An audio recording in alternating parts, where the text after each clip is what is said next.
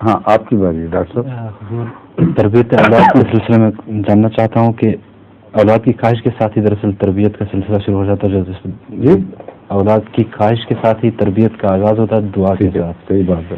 لیکن جس وقت بچہ پیدا ہو جاتا ہے تو اس وقت عملی طور پہ والدین پر ایک ذمہ داری شروع ہو جاتی ہے.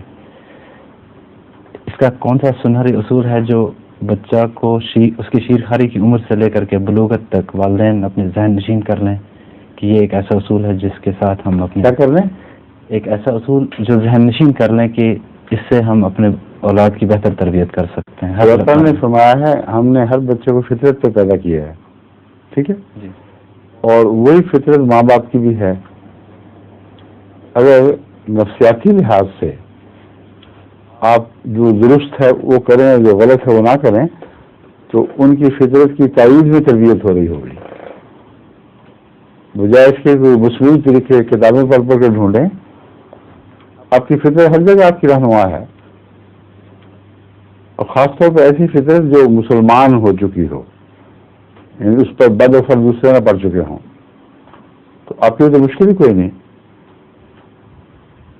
بہیو نیچرلی بالکل نارمل رہیں اور ان سے جہاں آپ سمجھیں گے یہاں پیار فائدہ دے گا آپ کا دل خود ہی کیا پیار کرو. جہاں سمجھیں گے سختی کی ضرورت ہے وہاں دل کہے کہ یہ نہیں ٹھیک ہونے والا یہاں ڈسپلن کرو مضبوطی سے اس کو پابند کرو.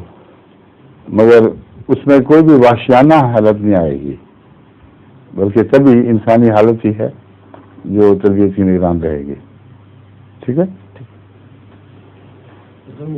ظہور مہدی آخر زمان